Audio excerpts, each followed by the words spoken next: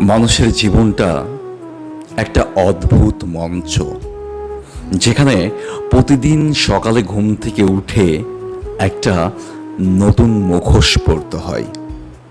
আমরা হাসতে হাসতে এমনভাবে কথা বলি যেন ভিতরে কোনো ক্ষতই নেই, যেন সব কিছু ঠিকঠাক চলছে।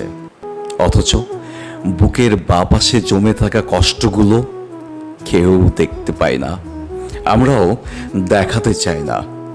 একটা সময় ছিল ছোট ছোট আঘাতে কেঁদে ভেসে যেতাম, আর এখন পাহাড় সমান কষ্ট নিয়ে স্বাভাবিক থাকার নিখুঁত অভিনয় করে যাই।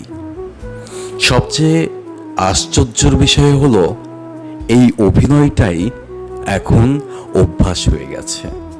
আমরা নিজেরাও বুঝতে পারি না কোনটা আসল আর কোনটাই বা নকল। বেঁচে থাকার অভিনয়, লেখক মাহবুব সরদার, সবুজ ভাইয়া।